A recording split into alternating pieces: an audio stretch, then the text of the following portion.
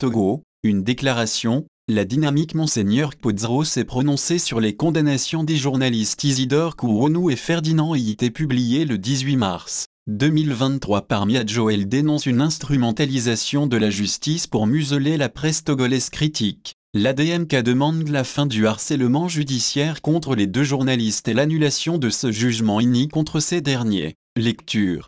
Communiqué de presse de la dynamique Monseigneur Kpodzro, DMK, relatif à la condamnation des journalistes au Togo. Il est temps que les magistrats togolais aient le courage de mettre fin à l'instrumentalisation de la justice dans notre pays. Le mercredi 15 mars 2023, le tribunal de grande instance de Lomé a condamné les journalistes Ferdinand Ayte et Isidore Kourounou, respectivement directeur de publication et rédacteur en chef du journal Alternative, à des peines de 3,03 ans d'emprisonnement et de 3 millions de francs pour des présumés délits de diffamation et d'outrage à autorité. Les magistrats togolais ont poussé leurs ailes à délivrer à l'encontre des journalistes qui ne font que leur travail, un mandat d'arrêt, signifiant ainsi que les mises en cause sont recherchées pour être jetés en prison pour des délits de diffamation des membres du gouvernement de fait. Les 2,02 journalistes ayant senti le danger ont dû se mettre à l'abri pour éviter toute forme d'humiliation et de traitement dégradant, y compris leur élimination physique dont ce régime est coutumier.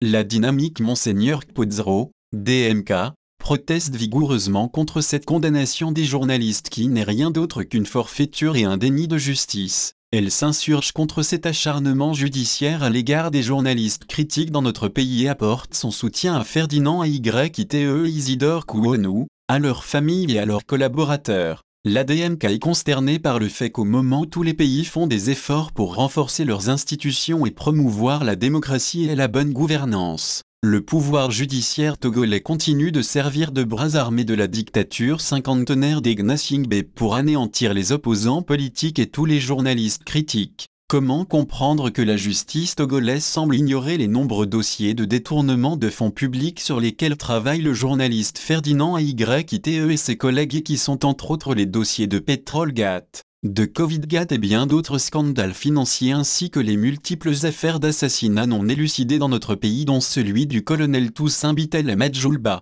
et s'acharne plutôt contre les journalistes qui n'ont fait que dénoncer les comportements peu orthodoxes des ministres, qui se réclament des hommes de Dieu censés véhiculer des valeurs de justice et d'équité dans leur comportement quotidien. L'ADMK invite les magistrats togolais à se ressaisir pour enfin redonner à notre justice ses lettres de noblesse en tant que défenseurs des faibles et derniers remparts contre l'abus et l'impunité des forts. L'ADMK exige du gouvernement de Faure Gnassingbé la cessation de l'instrumentalisation de la justice et exhorte les juges à apporter leur contribution décisive pour la construction de l'état de droit dont rêvent tous les Togolais. Cette contribution passe nécessairement par leur courage à s'affranchir des influences néfastes et funestes des gouvernances actuelles qui ne visent d'autre but que la conservation du pouvoir d'État, quel que soit le prix que ça coûte aux citoyens. L'ADMK demande au gouvernement de Faure Gnassingbé de faire cesser tout harcèlement judiciaire contre les journalistes Ferdinand Ayte et Isidore Kourounou en faisant annuler ce jugement inique contre ces derniers.